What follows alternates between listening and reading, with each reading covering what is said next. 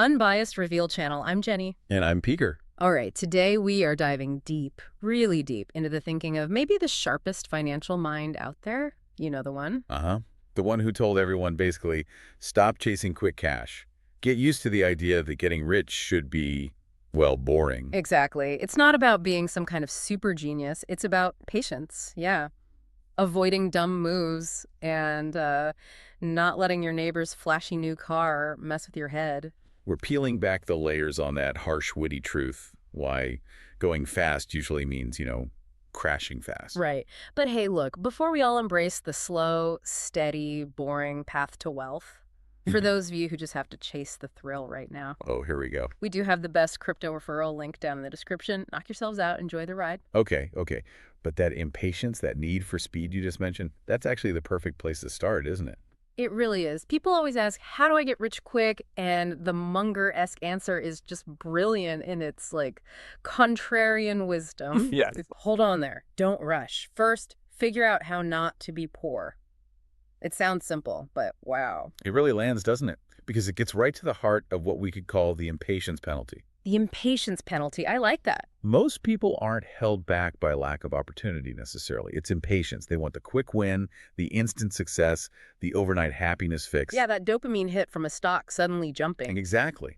But here's the conflict point, the tough truth. Real value, lasting value, it just takes time. You don't become smart overnight. You don't build wealth overnight. Heck, even bad habits, like you mentioned in the prep, they take years to actually wreck you. Right. So why do we expect good habits, financial discipline, saving, rational thinking? Why should they give us instant rewards? It doesn't work like that. And this is where smart people often trip up, isn't it? The sources talk about intelligent people going broke. Spectacularly broke sometimes. Because they lack that patience, that restraint. They start playing with leverage. Okay, let's quickly define leverage for everyone. Basically, borrowing money to make bigger bets. Yeah, using debt to amplify your potential gains. But, and this is the crucial bit, it also amplifies your potential losses massively. So a smart person, but impatient, gets leverage. What happens? They gamble. They think their IQ lets them time the market, outsmart the system, pay back the debt easily. Big mistake. Huge. Because the key insight here, the really deep point, is that building wealth isn't just technical. It's fundamentally a moral issue, a test. The moral issue, how so? It tests your rationality, your self-control, your ability to delay gratification. If you're so impatient you take on crushing debt just because, I don't know, you feel envious, you're failing that test. So the market is just reflecting our own internal chaos or control. The patient person, they've already won half the battle before they even invest a dollar. You could definitely say that. They've mastered the psychological side. Okay, so if speed is the enemy, if impatience is the penalty, Yeah. what's the winning strategy for the slow and steady type? Well, it's almost disappointingly simple, in a way. It's about avoiding stupidity. Radical mistake avoidance. Right. The source material doesn't claim, genius insights or secret formulas. It's more, I just didn't do too many dumb things. Exactly. Avoid the big errors, the self-inflicted wounds, and then just let time and compounding do their work. So he's not really a long-term investor in the way people think. He's more of a chronically patient person. That's a great way to put it. While everyone else is frantically trading, checking charts, chasing trends, he's just waiting. Say no a lot. And that waiting, that saying no, that's what enables compounding, which people misunderstand. Oh, completely. They think it's just about math, like interest on interest. But the sources suggest compounding applies first to us, to our character. Compounding character, how does that work? Think about it. You can't compound chaos. You can only compound rationality. If you get slightly better at thinking, slightly better at controlling impulses, slightly better at avoiding mistakes every single day, Over years, decades. that difference becomes enormous. It's the gap between just common sense, which frankly is often common panic, and real wisdom. You build internal stability first. Because our emotions are way more volatile than any stock price. Way more. That's a key quote, essentially. Control the internal volatility first. Okay, so stability is the goal, which leads us right into this paradox of boredom. This is explosive, I think. It really is.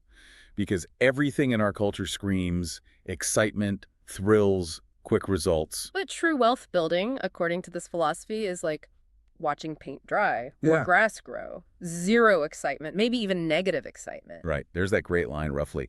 If your investing makes you feel excited, you're probably doing something wrong. Huh. That's brutal. It means the best moves are often the non-moves. Precisely. The hot tip you ignore, the market panic you sit out, the urge to tinker that you resist. The truly great portfolio, the sources suggest, is one so well built, so boringly rational, that nobody even needs to touch it after you're gone. It's the stability of the person, not the supposed genius of the individual trades. That's the core of it. Character holds the line. Okay, speaking of character, let's talk about the things that try to wreck that stability. The internal enemies. First one, arrogance. Ah, yes. Arrogance. Particularly dangerous for smart people, which is ironic. Why them specifically? Because the real enemy of compounding isn't just fees or taxes. It's thinking you're smarter than the game itself, that you figured it out when nobody else has. Leads to overconfidence. Absolutely. We see it all the time. The analyst, the trader, they have one or two great calls. And suddenly they think they're a genius. The Midas touch. Right. And what's the first thing they often do? Upgrade everything. Bigger house, faster car, show everyone how smart they are. And then, Yeah. as the source colorfully puts it, they vomit everything out in the next downturn. Because that arrogance led them straight into too much risk, too much leverage. It proves the rule. Wealth doesn't change people, it just reveals them. Amplifies what was already there. If you were arrogant with a little, you'll be a disaster with a lot. It makes you think rules are for other people. Exactly. Fatal flaw. Okay, enemy number 2. This one might be even deeper, more primal. Envy. Jealousy. Oof. Yeah. Described as an ancient, expensive virus. And uniquely pointless, right? It's the only sin, the only vice, that offers zero pleasure in return. Think about it. Huh. That's true. Theft gets you stuff. Gluttony feels good for a bit. Envy just makes you miserable. It makes you do stupid things financially. You chase trends you don't understand, buy things you can't afford, take on crazy risks. Why? Why? To keep up, to prove you're not falling behind, to show the neighbors or whoever that you're not inadequate. Exactly. It's all about external comparison, which is a game you can never, ever win. You can beat poverty, maybe, with discipline. But you can't beat jealousy. There's always someone with more. Always. So it just makes people accelerate, take shortcuts, cut corners, and inevitably they stumble. While the person focused internally, the boring one, Just keeps plodding along and ends up way ahead because they weren't playing someone else's game. Precisely. Which leads directly to the third enemy, the one that envy often fuels. Debt. Especially consumer debt, lifestyle debt. modern poison. The script calls it a gentle trap. Not a punch, but like, it coaxes you into a cage. Slavery in a polite coat. That's a powerful image, and it's often true, especially for, say, the middle class. Debt can absolutely swallow people whole. Buying things they don't need with money they don't have to impress people they don't like. Something like that. But it's deeper, too. Confusing access to credit with actual wealth or freedom. Buying status symbols, maintaining an image. And who do they end up working for? The bank. Yeah. Not themselves, not their future, not their family. Their future time and energy is already spent servicing the debt taken on for yesterday's vanity. So the antidote isn't necessarily like extreme deprivation. No, the sources frame it as discipline. Frugality isn't about being stingy or miserable. It's about refusing to waste your limited life energy on pointless status games. Like the famous Buffett example, still living in the same house? Exactly. It's not about the amount of money. It's about the psychological freedom that comes from resisting unnecessary spending. That is true wealth. Controlling your impulses. If you need debt to project success, you've already failed the character test. You've traded tomorrow for today's ego boost. Well put. You've surrendered your future options. Okay, so we strip away the need for speed, we fight off arrogance, envy, debt.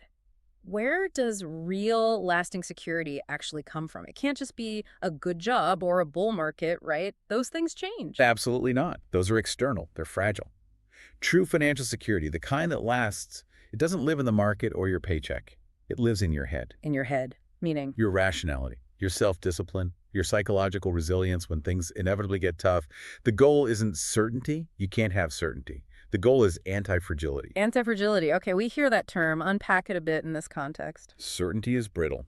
It breaks when the unexpected happens. Anti-fragility means you don't just survive shocks, market crashes, job losses, inflation. You actually get stronger relative to others. How? Because your house is built stronger. Low debt, high patience, rational mindset. When the storm hits, the over-leveraged, impatient people get wiped out. The anti-fragile person, maybe they take a hit, but they're positioned to potentially benefit from the ensuing chaos or opportunities. You can't control the storm. But you can build a damn strong house. Your internal system, your character, is built to withstand, even thrive on, volatility. That's the essence of it. Makes total sense. And this brings us to maybe the final, ultimate test. Getting rich. That's not the end. No, not at all. It's the start of a new, possibly harder test. Which is? Staying rational, staying humble, maintaining restraint when you have wealth, being frugal when you're poor. Often that's just necessity. Right. But being frugal, or at least disciplined when you could buy anything, that's a choice. That shows real character. That's the master level. Because there's a paradox of freedom, isn't there? The more you own, in some ways, the more you are owned by your possessions. Bigger house, more worries, higher status, less freedom to be spontaneous, more bindings. Exactly. So the most reliable, stable way to build and keep wealth, let other people chase the excitement, make the flashy mistakes. You just focus on being well. Boring. Relentlessly, consistently, unexcitingly boring. And let time become your superpower, not your enemy. Okay, let's wrap this deep dive up. The core message seems incredibly clear. Wealth isn't really an IQ test. No, it's a patience test, a character test. Deep down, it's about slow, boring, rational choices. And aggressively avoiding the big mistakes driven by stupidity, envy, and debt. Couldn't say it better. So our golden sentences for today, the ones to really stick in your mind. First, wealth belongs to the patient, not the clever. That's good.